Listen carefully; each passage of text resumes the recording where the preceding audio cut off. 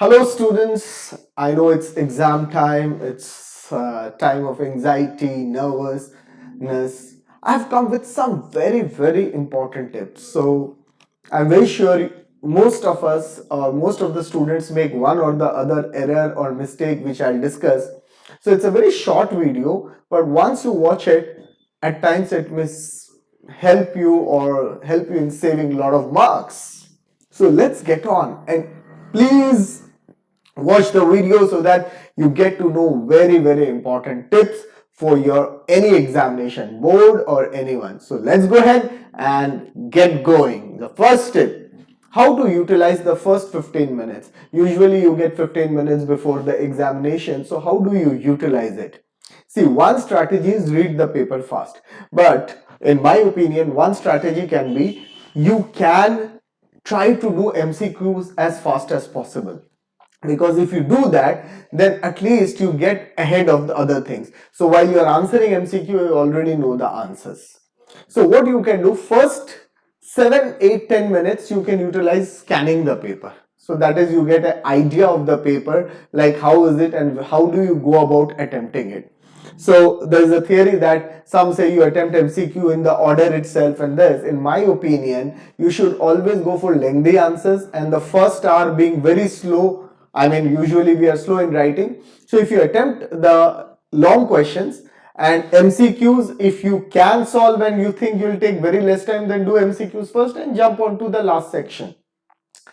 And if you think the calculation paper MCQ भी time लेंगे और कुछ हो गए हैं, so what you can do, go for the long ones and then save half an hour for MCQ. So you should always have half an hour and 2 hours something for the other paper. 30-35 से ज़्यादा questions आते नहीं हैं. So that is what first 15 minutes has to be utilized very prudently. Then only you will go. Otherwise, I answer in order if you know everything. So it depends from person to person how you go about. I usually prefer going at the back. Second, if a question is attempted twice, then what happens? कई बार होता है ना, एक question हमने पहले attempt किया, उसको कैंसिल नहीं किया और फिर हमने फिर अटेम्प्ट कर दिया. So what happens? The first one will be checked. So you make sure if you are re-attempting any question, then you cancel जो आपको लगता है ठीक नहीं है, अदरवाइज पहले वाला ही बाय डिफॉल्ट चेक हो जाएगा. So this is a very important tip children, that if you are attempting any question twice, कई बार होता है ना, हमने इतना कर लिया यार इसको हम बाद में काटेंगे, पहले मैं पूरा कर लूं, और पूरा करने के बाद उसको काटते नहीं हो तो तुम्हारी मेहनत खराब हो जाएगी. So that is what you go about it, right? Third tip which I can give you is write main question number outside and the number you give 2 points inside. अब कई बार क्वेश्चन 23 या कोई भी, जैसे अब ये देखो एक आंसर शीट है, अब आपको जो यहां पे समझना है वो ये है कि ये आपकी आंसर शीट की ऐसे कॉलम बने हुए हैं. तो यहां पर आप 25, सपोज आपने बी पार्ट अटेम्प्ट किया, यू राइट नाउ 1 और 2 और any point which you are giving inside the margin. इसको बाहर मत लिखना, आपको मेन आंसर क्वेश्चन ये जो है वो इधर नंबर लिखेंगे और ये जो पॉइंट्स है आप इनर लाइन में लिखेंगे. So that is what you have to keep in mind. Okay, so this is one important tip which you have to follow while answering the question. Next, if both attempted then what will happen? Both attempted मतलब एक question has a choice, ठीक है ना. Question paper में 13th question है और उसके साथ चॉइस है और आपने दोनों कर दिए गलती से, तो जो बेटर होगा that will be checked, right. तो जो आंसर जिसमें ज्यादा मार्क्स मिल रहे होंगे वो आपका चेक होगा ऐसे में, अगर दोनों आप अटेम्प्ट करते हैं. Next, right the formula used. अगर आप फॉर्मूला यूज नहीं लिख रहे तो उसके भी कई बार मार्क्स काट लेते हैं. तो जस्ट एक एग्जांपल है, practical subject physics, chemistry, accountancy, math. So make sure you right the formula used.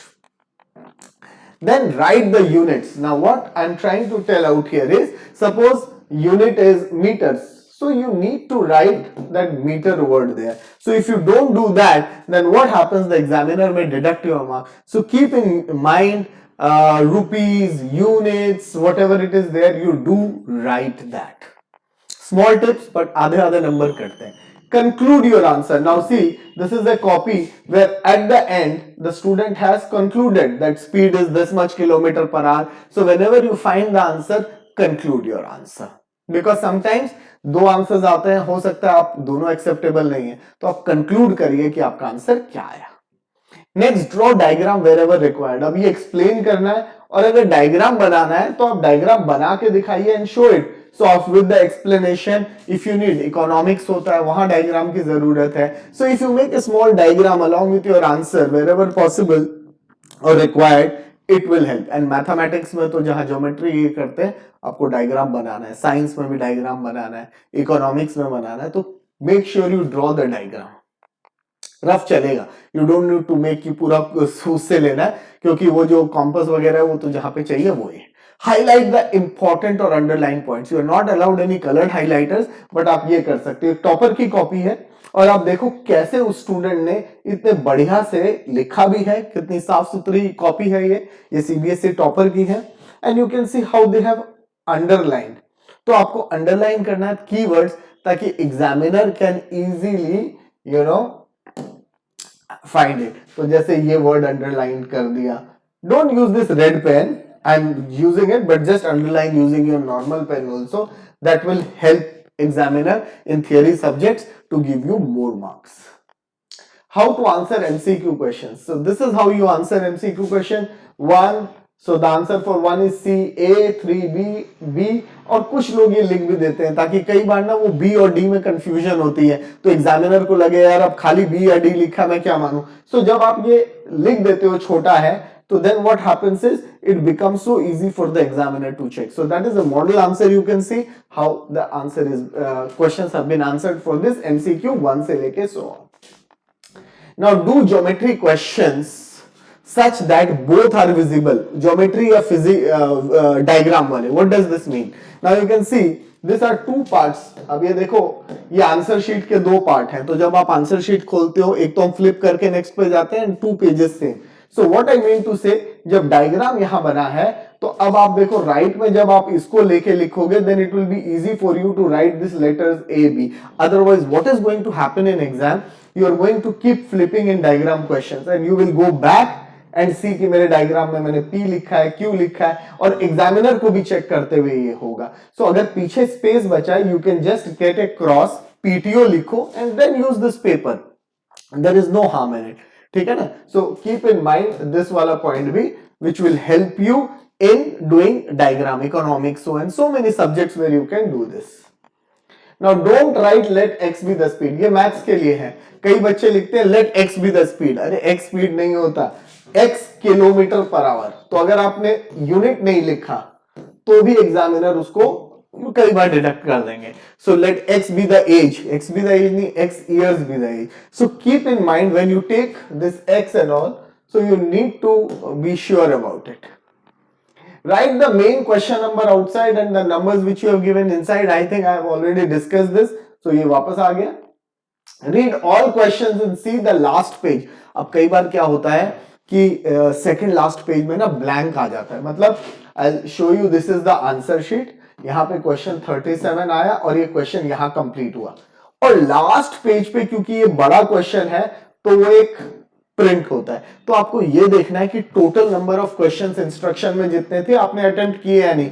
कई बार पेपर जल्दी खत्म हो जाता है, खुशी खुशी में हम एक लास्ट का क्वेश्चन देखते ही नहीं, और जब बाहर आके देखते हैं तो आंसू जब आते हैं, भाई we knew the answer and then we left the question. So make sure you read all the questions you have answered, और अगर कोई बाद में करना है, बिग सर्कल या ये लगा के रखो अपने लिए कि भाई हाँ लिख के रखो कि मैंने ये करना है, नहीं तो वो बाद का फिर कई बार स्किप कर रहे हैं, छूट जाता है, ठीक है। So don't do that, don't get stuck, this is very, अब कोई बार क्वेश्चन आता है लेंथी कैलकुलेशन है या नहीं हो रहा, लीव इट, व्हाई, एक क्वेश्चन 3 या 4 नंबर का, वेर यू गेटिंग स्टक, इतना टाइम लग जाता है उसके चक्कर में 2 या 3 क्वेश्चन और छूट जाएंगे। अब मान लो 2 into some 3.14 into 7 into 49.3 upon 2.4 का कोई स्क्वायर ऐसे पड़ गया, इससे कोई ज्यादा नंबर नहीं कटेंगे, आप रफ बाद में भी आके करोगे, इसमें आपको कोई बहुत ज्यादा एक्स्ट्रा नंबर नहीं मिलेंगे, छूट भी गया तो, पर इसके चक्कर में आप कोई 4 या 5 मार्कर छोड़ दोगे। So leave some space, you can always come back, don't get, और कोई क्वेश्चन हो नहीं रहा तो उलझना नहीं है, do other questions, right? Otherwise what will happen, you will panic and anxiety आ जाएगी and then other questions खराब होते हैं। Relax होगा, जब कुछ क्वेश्चंस होने लगते हैं ना तो उसके बाद बाकी ऐसे भी होते हैं, so don't get panicky, right. Next is answer your best questions first. ये होता है एग्जामिनर पे इंप्रेशन डालना। कई बार हमें एक दो क्वेश्चन थियरी में अच्छे भी नहीं आते ना, तो बेस्ट क्वेश्चंस को पहले लिखो। अब बेस्ट क्वेश्चंस को जब आपने पहले लिख दिया और इंप्रेशन एग्जामिनर का लगता है यार पढ़ने वाला बच्चा है, तो बाकी कभी कभी कुछ क्वेश्चंस में थोड़ा तुमने कम लिखा, ये लिखा, तो ओवरलुक हो जाता है। So give the right impression, नहीं तो एग्जामिनर को लगता है नहीं ऐसे ही वाला ही है। So always answer, and it is not necessary to always answer in order, you can answer in any order. The only thing is write the question number properly, and if you take any supplementary sheets, number them so that कि end में लगाते हुए आपको problem ना आए। Don't discuss paper। भाई ये बहुत बड़ी टिप है। अगर आपका पेपर हो गया और आप उस पेपर को डिस्कस करते हैं और गलती से कुछ निकल गया गलत, तो अगले पेपर को बहुत इफेक्ट करता है। कान में रुई लगाओ और निकल जाओ। पेपर डिस्कस मत करो, अननेसेसरी टेंशन मत करो, प्रेशर मत लाओ, ऑलरेडी लॉट ऑफ प्रेशर है। Revise and time your paper. Now when you are doing it, you should be knowing कि सेक्शन वाइज मेरा इतने में हो जाना चाहिए। कई बार थियरी में ज्यादा आता है, we keep writing, and then जिसमें कम आता है उसके लिए हमारे पास टाइम ही नहीं बचता। सो बैलेंस, पॉइंट वाइज मिलते हैं, and always right your answer in theory question point wise. CBSE marks them point wise, don't give in big paragraphs. Keep time for revision, especially calculation questions, and you have to do sample papers at home, so you know your timings, where you can increase your speed, किन questions को तुम fast कर सकते हो, किन को slow कर सकते हो, तो that is what it is। अब जैसे geometry के question है, you cannot do fast, so you have to see that you do them early। Eco में डायग्राम बेस्ड है, you can not do fast. Accountancy, इसमें कोई लंबे कैलकुलेशन वाले पहले निपटा लो, एंड में पेन बहुत फास्ट नहीं चलेगा। एमसीक्यू अगर आपने माइंड में कर लिया हो तो एंड में एबीसीडी आप लिख लोगे। So that is what it is. So you need to have some time for revision also, so that you can find out what you have done. So always time your sections कि first hour में इतना, second में इतना, and किस question में मुझे कितना time देना है। 20 क्वेश्चंस है, डिवाइड द टाइम रफली सो दैट यू नो कि where exactly you have reached. Otherwise at the end you will mess up, और कई बार खींचातानी शीट्स की होती है। don't go into that, so you should be actually 20 minutes ahead।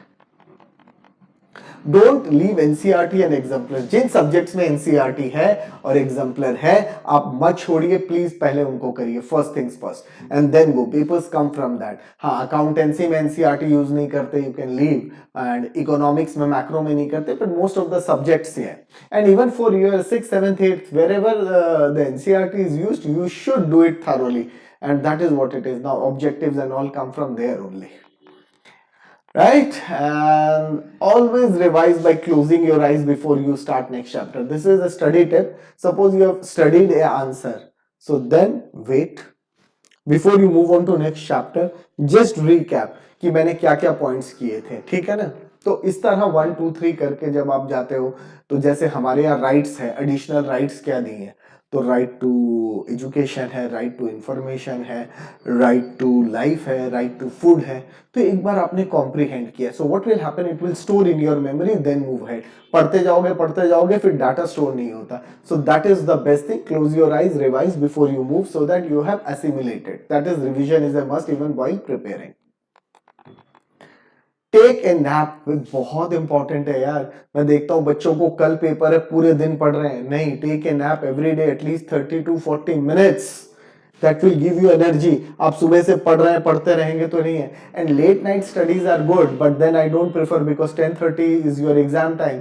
So ideally you should be sleeping at 11 11:30, get up in the morning, divide the day into 2 halfs. 2 बजे तक पढ़ा, खाना खाया, आधा घंटे का नैप लिया, एंड नैप के बाद जब जागते हो तो then your brain is again recharged. And if you do this practice, even board exam में तुम्हें नींद आने में, you will be able to sleep on time. Otherwise usually what happens, you don't sleep on time and you always struggle in night before. Anxiety होती है because sleep timing change होते हैं। So it's always advisable 11 11:30 तक पढ़ लो यार, बहुत है, and then get up at 6। That's my advice. Rest how it suits you, it's up to you. Rest, chill, don't take pressure of marks. कुछ लोग बहुत प्रेशर लेते हैं, इतने नंबर लाने हैं, it will hamper your performance. See, जब हम एक्सपेक्ट करने लगते हैं ना बहुत चीज, हम अपने माइंड पे प्रेशर मारते हैं। अब आप मैच वैच देखो, नॉर्मल प्रैक्टिस में बैट्समैन अच्छा खेलता है, पर वहां प्रेशर में आता है ना, एक्सपेक्टेशन बढ़ जाती है, So what happens is he makes errors, and that is what you do in exam. So ideally when you are doing theoretical subjects or practical, you should be writing or doing as in an exam. अब maths के अगर questions कर रहे हो, मैंने बच्चों को देखा चाय पीते हुए, कॉफी पीते हुए, पकौड़े खाते हुए क्वेश्चन करते, पर एग्जाम में जब होता है तो चाय पकौड़े तो है ही नहीं. So what happens, you have a different atmosphere. So while you do, time it कि मैं 10 क्वेश्चंस कितनी देर में करता हूँ. All this will help you at the end of the exam. ठीक है, and relax. Board exam, your school exams are basic exam, and nothing difficult is going to come. Refer to your textbooks and always keep cutting. कम कम करते जाओ तो अच्छा लगता है कि हम यहाँ पहुंच गए, ये हो गया. प्रेशर मत लो यार, अननेसेसरी ना, it is not going to give you anything. Keep cool. और ये छोटी छोटी टिप्स याद रखो, ठीक है ना. एंड खाना पीना, always have fruits and lots of juices this time, because brain needs oxygen. So instead of having junk food or heavy food, that is not going to help, especially at night time, have soup. So this all things help you during the exam, right? And keep cool. Tension मत लो, डरो मत. अगर तुम डरोगे तो ये pressure तो already है, तुमने और उस डर को डबल करके अपना प्रेशर डबल कर लिया है. Relax. Don't have hopeless end, have endless hope.